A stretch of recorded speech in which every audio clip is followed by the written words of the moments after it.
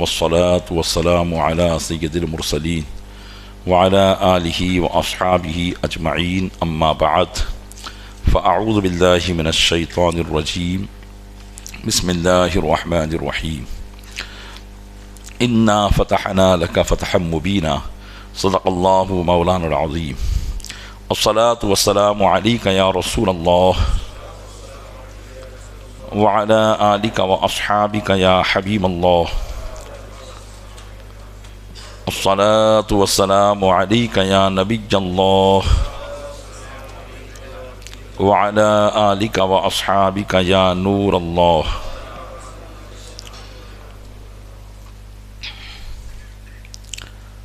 الحمدللہ عز وجل بعد تراویح تاریخ اسلام کا مخصوص باب غزوہ حدیبیہ کا بیان کا سلسلہ جاری و ساری ہے. سماعت فرمائیں. گزشتہ درس میں آپ حضرات نے یہ سماعت کیا تھا کہ نبی کریم رؤوف الرحیم صلی اللہ تعالی علیہ وآلہ واصحابہ تسلیم اہل مکہ کی شرارتوں سے بچنے کے لیے اور ان کے ساتھ احرام کی حالت میں قتل و قتال کا معاملہ پیش نہ آئے، اس لیے آپ نے مدینہ منورہ سے جانے والا مشہور راستہ چھوڑ کر سنگلاخ اور کٹھن راستہ اختیار کر کے حدیبیہ کے مقام کی طرف آپ نے رخ کیا. راستے میں بہت سے شرعی مسائل کا ورود ہوا اور حقیقت میں نبی کریم صلی اللہ علیہ وسلم کی حیات مبارکہ میں جو چیزیں آئی وہی ہمارے لیے شریعت کے قانون بنے. تو چند چیزیں انشاءاللہ اس میں سے عرض کرنے کی کوشش کرتا ہوں. یہ پہلے بتایا جا چکا ہے کہ مقام ذوالحلیفہ سے سارے صحابہ نے احرام نہیں باندھا تھا، بلکہ بعض نے احرام باندھا تھا اور بعض بغیر احرام کے تھے. انہوں نے مقام جحیفہ میں احرام باندھا تھا. بیان کیا جاتا ہے کہ انہی میں سے حضرت ابو قتادہ رضی اللہ تعالی عنہ بھی تھے جنہوں نے احرام نہیں باندھا تھا مقام ذوالحلیفہ سے. فرماتے ہیں کہ صحابہ کرام علیہم رضوان سفر میں تھے کہ ایک جنگلی حمار، جنگلی گدھا بھی اس کو کہتے ہیں، اور ہم اور آپ اس کو نیل گائے کہتے ہیں، کہ نیل گائے کو صحابہ کرام نے دیکھا، لیکن جن لوگوں نے اسے دیکھا وہ سب احرام کی حالت میں تھے، اور حضرت ابو قتادہ رضی اللہ تعالیٰ عنہ احرام کی حالت میں نہیں تھے. وہ وہاں بیٹھے ہوئے تھے لیکن اپنے جوتے کو وہ صحیح کر رہے تھے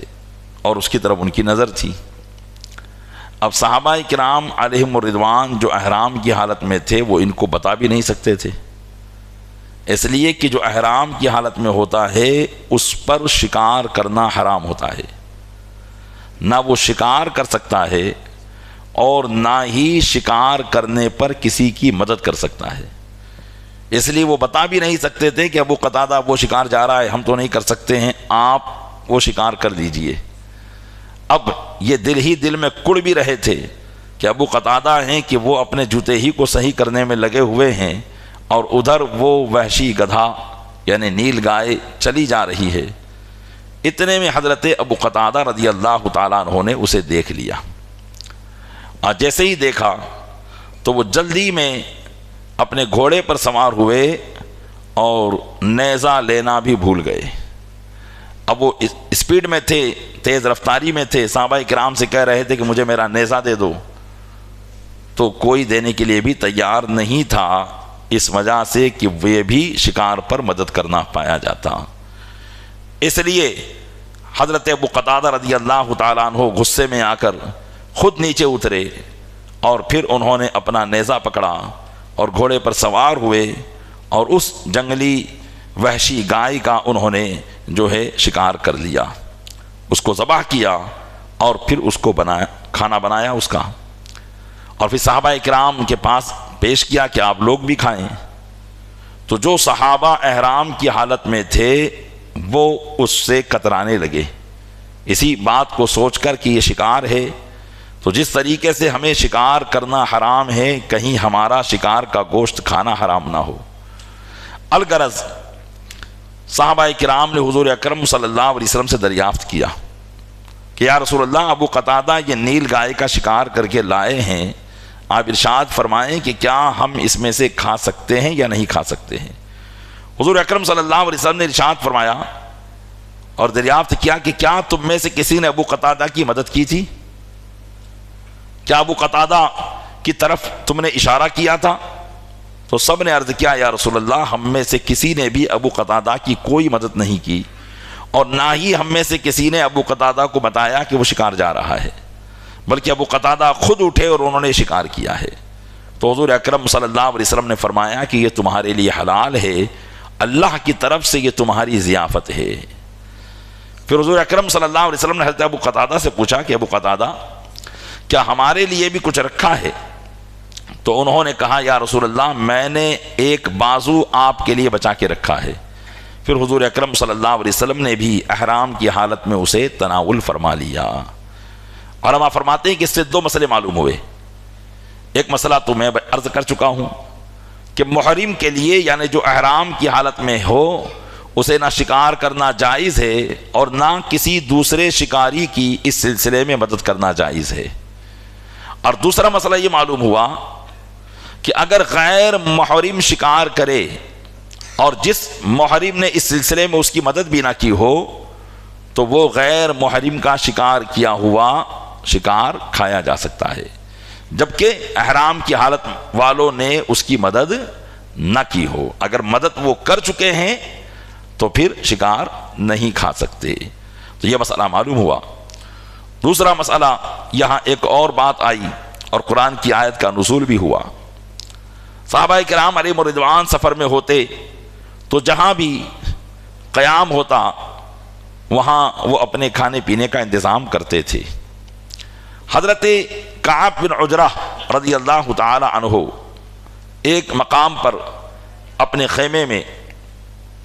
کھانا بنا رہے تھے اور گرمی کی شدت تھی، پسینے سے شرابور تھے اور ان کے سر میں جوئیں پڑ گئی تھی. ہوتا ہے یہ عام انسانی معاملہ ہے، اس سے کوئی محفوظ نہیں رہتا. تو ان کے سر میں جوئیں پڑ گئی تھی جس کی وجہ سے وہ پریشان تھے، اور اتنی جوئیں تھی کہ وہ پیشانی پر آ رہی تھی جس کی وجہ سے آپ کو سخت کوفت بھی ہو رہی تھی، تکلیف بھی ہو رہی تھی. لیکن احرام کی حالت میں تھے،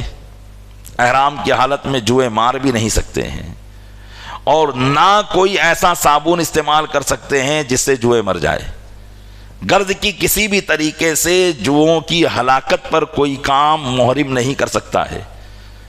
اور یہ بھی اس کو جائز نہیں ہے کہ اگر کسی کے سر پر جوئیں چل رہی ہو تو وہ اسے بتائے کہ تمہارے سر پہ جو چل رہی ہے. کسی بھی طریقے سے وہ اس کی ہلاکت پر مددگار نہیں ہو سکتا. تو الغرض حضرت کعب بن عجرہ رضی اللہ تعالی عنہ بڑے پریشان تھے، کھانا بھی بنا رہے تھے، جوئے سے بھی پریشان تھے. اتنے میں رحمت عالم صلی اللہ علیہ وسلم کا وہاں سے گزر ہوا اور ارشاد فرمایا حل تؤذیک حوامک یا کعب، کیا کعب کیا یہ جوئیں تمہیں تکلیف دے رہی ہیں؟ انہوں نے عرض کیا یا رسول اللہ بہت زیادہ، انہوں نے تو میرا ناک میں دم کر رکھا ہے لیکن مجبور ہوں، احرام کی حالت میں ہوں. تو حضور اکرم صلی اللہ علیہ وسلم نے فرمایا کہ اپنے بال کو مڈا دو، اپنا حلق کروا لو، بال مڈا دو. قرآن کریم کی دوسرے پاری کی آیت کریمہ اسی سلسلے میں نازل ہوئی جس میں اللہ نے ارشاد فرمایا کہ احرام کی حالت میں اگر کوئی پرابلم ہو جائے، تکلیف ہو جائے تو حاجی کو مجبور نہیں کیا گیا ہے کہ اسے اسی حالت میں رہنا ہے، بلکہ شریعت مطہرہ نے اس کے راستے نکالے ہیں. اللہ نے ارشاد فرمایا من کان منکم مریضا او بہ اذی من راسہ ففدیۃ من صیام او صدقۃ او نسک. اللہ تعالیٰ نے ارشاد فرمایا کہ جو شخص تم میں سے بیمار ہو یا اسے اس کے سر میں کچھ تکلیف ہو تو وہ سر منڈا لے اور فدیہ دے، یا تو روزوں سے یا خیرات سے یا قربانی سے۔ تین باتیں یہاں ارشاد فرمائی کہ اسے فدیہ ادا کرنا ہے، اور یہ فدیہ یا تو روزے رکھ کر ہوگا، یا پھر صدقے کے ذریعے ہوگا، یا پھر قربانی کے ذریعے ہوگا۔ چونکہ اب حضرت کعب بن عجرہ رضی اللہ تعالیٰ عنہ احرام کی حالت میں بھی تھے، تو اور یہی پوزیشن ان کی تھی جو قرآن کریم کی اس آیت میں بیان کیا گیا کہ یا تو بیمار ہو یا مرض کی حالت میں ہو، اور حاجی جس نے یا محرم جس نے حج یا عمرے کا احرام باندھا ہو، کیونکہ احرام دو ہی چیز کا ہوتا ہے، یا تو حج کا ہوگا یا عمرے کا ہوگا، اور وہ حج یا عمرہ کرنے سے پہلے اپنے احرام کو بیماری یا تکلیف کی وجہ سے اتارنا چاہتا ہے، اور پوزیشن ایسی ہو گئی ہے کہ اسے اتارنا ہی پڑے گا، اس کے علاوہ کوئی چارہ نہیں ہے، تو ایسی صورت میں وہ احرام اتارے اور جو خلاف احرام کام کرنا ہے وہ کر دے۔ جیسے احرام کے اندر سر کے بال نہیں مڈائے جا سکتے، تو اب ایسی صورت میں سر کے بال مڈانا یہ احرام کی پابندی کے خلاف کام ہوا، لیکن مجبوری کی وجہ سے ہوا، تو اب اس کو تین صورتیں دی گئی ہے۔ اگر وہ طاقتور ہے، مالدار ہے، تو قربانی کرے یا صدقہ کرے، اور اگر یہ کام نہیں کر سکتا ہے تو پھر اسے روزے رکھنے ہیں، یعنی 6 روزے اسے رکھنے ہوں گے، یا 6 مسکینوں کو کھانا کھلانا ہوگا، یا 1 بکری کی قربانی اسے کرنا ہوگی۔ تو حضرت کعب بن عجرہ رضی اللہ تعالی صلو علی الحبیب صلی اللہ تعالی علی محمد صلی اللہ علیہ وسلم، یہاں روزوں کا جو میں نے ذکر کیا 6 روزوں کا، تو یہ 3 روزے ہیں کہ یا تو 3 روزے وہ رکھے گا اگر اسے طاقت نہیں ہے قربانی کرنے کی یا صدقہ دینے کی، تو 3 روزے رکھے، یا 6 مسکینوں کو کھانا کھلائے، یا پھر جو ہے بکری کو ذبح کرے۔ تو حضرت کعب بن عجرہ رضی اللہ تعالیٰ عنہ نے اس کی جگہ پر گائے کو ذبح فرمایا تھا، اللہ کی راہ میں صدقہ کیا تھا، تو یہ دم اگر دے دے گا تو پھر وہ احرام کا جو معاملہ اس پر ہوا تھا وہ ختم ہو جائے گا۔ اب یہ ہے کہ بدستور وہ احرام کی حالت میں ہے، احرام ختم نہیں ہوگا، احرام ہے، البتہ یہ جو جرم ہوا اس کو کہتے ہیں جرم غیر اختیاری۔ ایک مسئلہ احرام کی حالت کا یہ عام ہے کہ احرام کی حالت میں اگر کوئی خلاف احرام کام ہوگا تو چاہے وہ اختیار سے ہو یا غیر اختیار سے ہو، دونوں صورتوں میں اس پر تاوان لازم آئے گا۔ البتہ اگر اس نے اختیار سے کیا، یعنی بغیر کسی مجبوری کے ایسا کام کیا جو احرام کی حالت میں نہیں کرنا چاہیے تھا، تو گناہگار ہوگا، اور اگر مجبوری سے اسے وہ کام کرنا پڑا تو پھر گناہگار نہیں ہوگا، لیکن وہ اس کے فدیے سے بری نہیں ہوگا، یا تو اسے کہیں صدقہ لازم آئے گا، کہیں بکری کی قربانی لازم آئے گی، کہیں دمبا لازم کہیں جو ہے بدنہ لازم آئے گا۔ بدنے سے مراد یا تو اونٹ، جن جانوروں میں 7 حصے ہوتے ہیں، تو جس طریقے کی غلطی ہوگی اس طریقے کا جو ہے اس پر فدیہ اور تاوان لازم کیا جائے گا۔ تو یہ بات لوگ کہتے ہیں کہ بھئی یہ غلطی سے ہو گیا ہے مجھ سے، تو یہاں یہ چیز نہیں دیکھی جاتی، اس کو 2 حصوں میں تقسیم کیا جاتا ہے، ایک جرم اختیاری اور ایک جرم غیر اختیاری۔ چاہے کوئی بھی جرم اس نے کیا ہو، اسے اس کے فدیے کو ادا کرنا ہی ہوگا۔ بہرحال حضور اکرم صلی اللہ تعالی علیہ وسلم کے صحابہ ان مسائل سے گزرتے، اور پھر اس طرح کے حادثات رونما ہوتے، اللہ تبارک و تعالی اپنے محبوب کے صدقے میں ان کی امت پر آسانیوں کو پیدا فرما دیتا۔ حالانکہ احرام کی حالت میں یہ سختی تھی، اب اگر آدمی اس قسم کی پریشانی میں مبتلا ہے تو اگر رحمت عالم کی رحمت نہ ہوتی تو کہا جاتا جب تک کی عمرہ نہیں کرو گے تمہیں اسی حالت میں رہنا ہوگا۔ اب بتائیے کتنی سختی ہو جاتی، کتنا معاملہ ہو جاتا، اور کیسی کیسی تکلیف سے ہمیں گزرنا پڑتا، لیکن اللہ تبارک و تعالیٰ نے اپنے محبوب صلی اللہ علیہ وسلم کے صدقے میں ہم پر یہ رحمت نازل فرمائی کہ ہمارے لیے یہ راستہ نکالا کہ اس کے ذریعے تم اگر احرام کے خلاف کوئی کام کرتے ہو، کرنا پڑے تو کر دو، اور پھر اس کی جگہ پر فدیہ دے دو۔ جس کی وجہ سے تمہارے لیے آسانی پیدا ہو سکے۔ اسی طریقے سے نبی کریم صلی اللہ علیہ وسلم بہت سنگلاخ راستے اور دشوار گزار راستوں سے ہوتے ہوئے گزر رہے تھے۔ ایک میدان میں پہنچے تو حضور اکرم صلی اللہ علیہ وسلم نے سب سے فرمایا کہ اس میدان میں داخل ہو اور یہ کہو نستغفر اللہ ونتوب الیہ، یعنی ہم اللہ عز و جل سے مغفرت طلب کرتے ہیں اور اس کی بارگاہ میں توبہ کرتے ہیں۔ حضور اکرم صلی اللہ علیہ وسلم نے فرمایا کہ اس میدان میں داخل ہونے سے پہلے یہ کہو اور یہ کہتے ہوئے داخل ہو۔ تو تمام صحابہ کرام نے بیک زبان نستغفر اللہ ونتوب الیہ اپنی زبان پر جاری کر دیا۔ حضور اکرم صلی اللہ علیہ وسلم نے فرمایا کہ اللہ تعالیٰ نے یہی بات بنی اسرائیل سے فرمائی تھی، انہیں ملک ایک شہر میں داخل کرنے کے لیے کہا گیا تھا، اور بغیر محنت کے پہلے تو یہ تھا کہ حکم آیا حضرت موسیٰ علیہ السلام پر کہ اے موسیٰ ان کو لے کر داخل ہو اور وہاں جو قوم ہیں ان سے جہاد کرو۔ تو حضرت موسیٰ علیہ نبینا وعلیہ الصلاۃ والتسلیم نے جب ان سے کہا ان کی قوم سے، تو قوم کہنے لگی کہ اے موسیٰ وہ تو بڑے خطرناک لوگ ہیں، قوم عمالقہ ہیں، بڑے زبردست لوگ ہیں، ہم ان سے جنگ نہیں کر پائیں گے۔ تو کئی دنوں تک وہ اسی بات پر اڑے رہے۔ قالوا یا موسیٰ ان فیہا قوما جبارین وانا لن ندخلها حتی یخرجوا منها، انہوں نے یہ جواب دیا تھا حضرت موسیٰ کو جو قرآن میں مذکور ہے کہ اے موسیٰ بے شک اس میں تو بڑی زبردست قوم ہیں، ہم وہاں داخل نہیں ہوں گے یہاں تک کہ وہ اس میں سے نکل جائے۔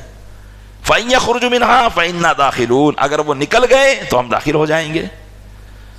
پھر حضرت موسیٰ علیہ السلام نے کہا ٹھیک ہے ہم وہاں کے لوگوں کا اندازہ لگا لیتے ہیں۔ تو کچھ لوگ گئے وہاں پر اور دیکھ کر بھی آئے، اور اللہ تعالیٰ نے وعدہ کیا کہ بنی اسرائیل تم محنت تو کرو، کوشش تو کرو، تم وہاں جاؤ گے تو ہم ان کے دلوں میں تمہارا روب ڈال دیں گے، وہ بڑے کتنے ہی طاقتور کیوں نہ ہو لیکن تمہارے آگے اپنے سروں کو جھکا دیں گے۔ لیکن اس کے باوجود بھی انہوں نے کہا قالوا یا موسیٰ انا لن ندخلها ابدا ما داموا فیہا، اے موسیٰ ہم ہرگز اس میں داخل نہیں ہوں گے یہاں تک کہ وہ وہاں سے نکلیں۔ اگر آپ کو جنگ کرنا ہے تو کہا اذهب انت وربک فقاتلا انا ہاہنا قاعدون، آپ اور آپ کا رب جائیے اور لڑائی کیجئے، ہم تو یہاں بیٹھے ہوئے ہیں۔ معاذ اللہ رب العالمین، حضرت موسیٰ علیہ السلام کو یہ جواب دیا تھا۔ تو حضرت موسیٰ علیہ السلام نے اللہ کی بارگاہ میں عرض کیا قال ربی انی لا املک الا نفسی واخی فافرق بیننا وبین القوم الفاسقین۔ حضرت موسیٰ علیہ السلام نے عرض کیا کہ اے میرے رب میں اپنی اور اپنے بھائی کی جان کا مالک ہوں، بس ہم دونوں ہی جو کرنا چاہیں کر سکتے ہیں، قوم ہمارے ساتھ نہیں ہے، اس لیے ہمارے اور ان کے درمیان جدائی ڈال دے۔ تو اللہ تعالیٰ نے فرمایا قال فإنا محرمۃ علیہم 40 سنہ یتیہون فی الارض فلا تعص علی القوم الفاسقین۔ اللہ نے ارشاد فرمایا کہ ٹھیک ہے اب اس شہر میں ان کے لیے داخل ہونا 40 سال تک ہم حرام قرار دے دیں گے، اب یہ 40 سال تک وہاں داخل نہیں ہوں گے، اور یہ ایک میدان میں تھے تو فرمایا کہ اب یہ اس میدان میں ہی بھٹکتے رہیں گے، ان کو کسی جگہ کا راستہ نہیں ملے گا۔ تو 40 سال تک بنی اسرائیل یہ اس میدان میں رہے جہاں نہ گھر تھا، نہ سائبان تھا، نہ چھت تھی، لیکن پھر بھی اللہ تعالیٰ نے اپنے محبوبین کے صدقے میں ان کے لیے اس میدان میں من اور سلوہ نازل کیا تھا۔ اب 40 سال کا عرصہ گزر گیا اور قوم عمالقہ پر بنی اسرائیل کا روب طاری ہو گیا، اور وہ خود بخود وہاں سے نکل گئے اور وہ شہر خالی کر دیا۔ اب اللہ تعالیٰ نے فرمایا کہ ٹھیک ہے اب داخل ہو جاؤ، لیکن ہاں داخل ہونے سے پہلے حتہ کہو، اور حتہ کہو۔ اللہ نے یہ ارشاد فرمایا تھا کہ حتہ کہو، حتہ کا معنی ہوتا ہے ان کی زبان میں اللہ ہم بخشش چاہتے ہیں، ہمیں بخش دے۔ قرآن کریم میں وَإِذْ قُلْنَا ادْخُلُوا هَٰذِهِ الْقَرْيَةَ، اور جب ہم نے کہا کہ اس بستی میں داخل ہو جاؤ، وَقُولُوا حِتَّةٌ، اور حتہ کہو، نغفر لکم، جو بھی تمہارے گناہ پچھلے ہوئے ہیں ہم سب بخش دیں گے۔ لیکن وہ لوگ اس کے لیے بھی تیار نہ ہوئے، اور اتنا آسان حکم ان کو دیا گیا تھا وہ اس آسان حکم کے لیے بھی تیار نہ ہوئے، اور ان سے کہا گیا تھا کہ سجدہ کرتے ہوئے داخل ہو، تو سجدہ کرتے ہوئے بھی داخل نہ ہوئے بلکہ ایسے آسمان سے دیکھتے ہوئے داخل ہوئے، یعنی سجدہ بھی انہوں نے نہ کیا، پھر بھی اللہ نے اپنے پیغمبروں کے صدقے میں ان کے لیے اس بستی کو حلال قرار دے دیا۔ تو حضور اکرم صلی اللہ علیہ وسلم نے اپنے صحابہ سے یہاں یہی بات کہی کہ میرے صحابہ تم کتنے جو ہے اللہ کے فرما بردار ہو،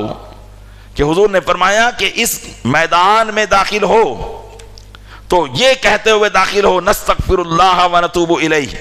تو صحابہ ہی پوچھ سکتے تھے یا رسول اللہ استغفار کرنے کا تو مدینے سے لے کر یہاں تک تو آپ نے کہا نہیں، اور اب یہ میدان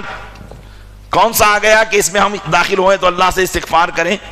ایسی کوئی بات نہ کہی، بلکہ صحابہ کرام علیہم الرضوان کا معاملہ یہ تھا کہ حضور کے ہر حکم پر وہ اپنی گردن کو جھکا دیا کرتے تھے،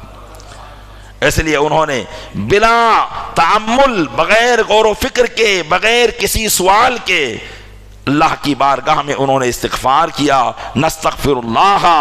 ونتوب الیہ۔ جب تمام نے حضور اکرم صلی اللہ علیہ وسلم کے اس حکم پر لبیک کہا اور جو حضور نے فرمایا تھا اس بات کو انہوں نے کہا، تو حضور اکرم صلی اللہ علیہ وسلم نے بھی ان کو یہ بشارت سنائی، کلکم مغفور، تم سب کے سب بخش دیے گئے ہو۔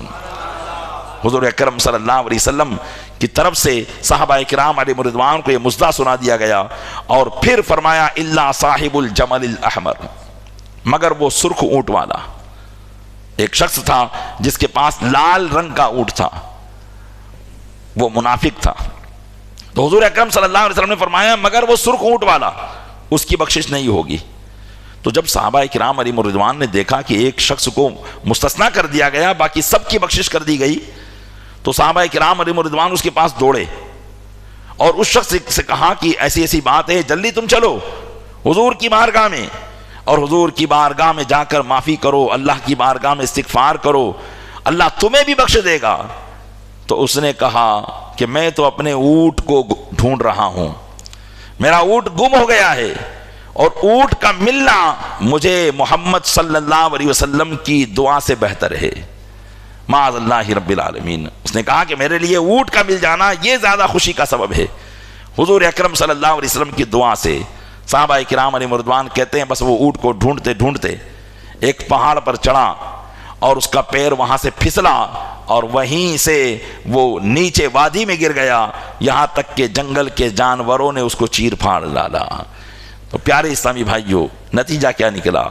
حقیقت یہی ہے کہ اللہ تبارک و تعالیٰ کی فرما برداری محبوب دو عالم صلی اللہ علیہ وسلم کی خوشنودی میں ہے۔ صحابہ کرام علیہم الرضوان نے اس بات کو جان لیا تھا کہ اللہ کی بارگاہ میں اگر ہم